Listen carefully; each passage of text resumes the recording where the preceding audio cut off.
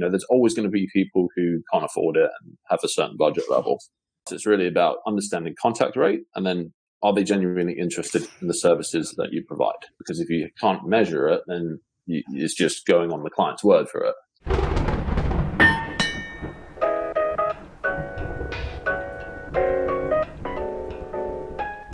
Go on then, let's work on a proactive list. So we've got lead gen accounts, there's shitloads you can do. Sam, let's start with that call quality.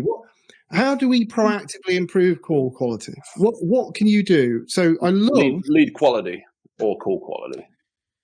Well, let's say lead quality, because the biggest issue for lead gen is lead quality. So plumbers and shit like that and services. If I think that's the one biggest complaint we ever have, is the quality is not there. Obviously, if the volume drops, it's different. But there's two questions that I've kind of found that really helps with qualifying the leads, which is, are they interested in the service, and do they have the budget for the service, your product or service? And just using those two questions, you can kind of determine if it is a marketing problem or if it is a sales problem.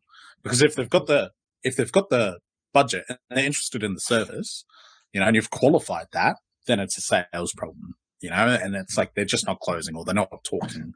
And if they can't even find that information out, it is still a sales problem. You know what I mean? We have to be really how do we start at a top level with it? So for lead quality, you have to first of all have a way of tracking lead quality.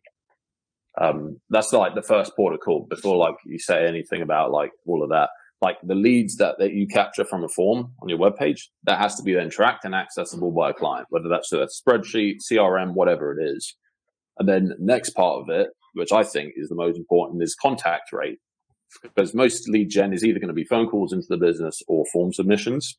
What's the rate of which you can actually contact those leads before you even talk about the quality of who they are?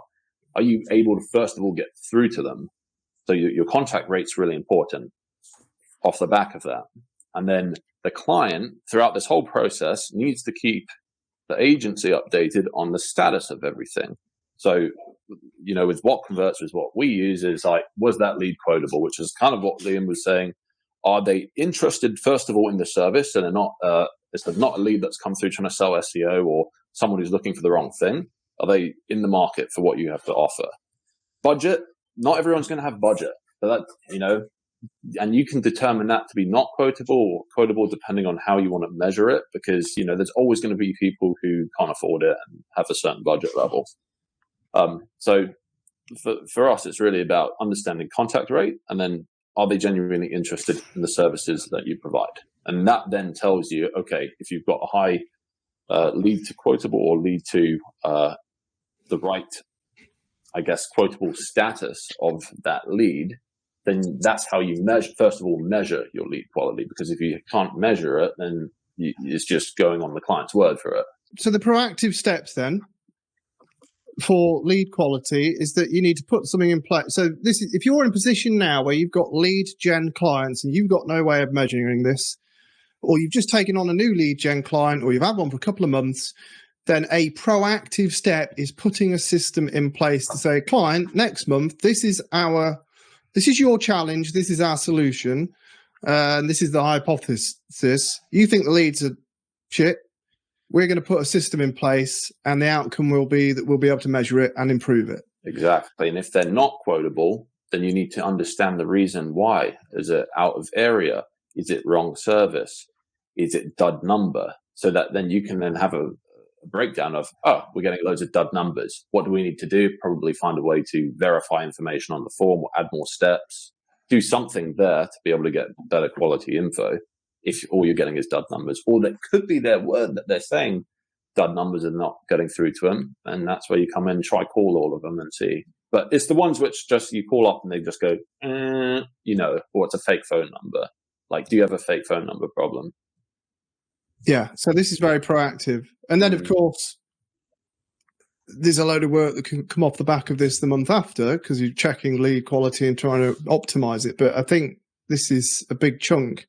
And then I think that cuts that off the lead and sales side for lead gen. The only proactive thing I think we have as Google Ads specialists is there is a problem. I need to diagnose it and prescribe a solution. And then I need to have a prediction of what, why am I doing it? What's the hypothesis? So there's this problem, I'm going to do this, and I expect this to happen, which is obviously a positive outcome, but you need to measure it. And I think that's the only thing we do. And it might be, I don't know, we've got PMAXs in one campaign, you want to split it out. I think that was an example that Mads sent me. And why do you want to split it out? Well, you think it'll improve the performance. So here's the test, here's the hypothesis. Let's measure it at the end of that period. And that can be something that you discuss with the client as a proactive Google Ads thing, a specific strategy that you're going to test. So you're not telling them, again, you're not giving them change logs, you are giving them your solution to a current or a potential issue that you've seen. So that's proactive. But outside of doing that kind of thing, a test, excluding doing your checklist work, excluding doing your own ongoing optimizations, I don't think they are proactive, but they're also reactive. They're the work,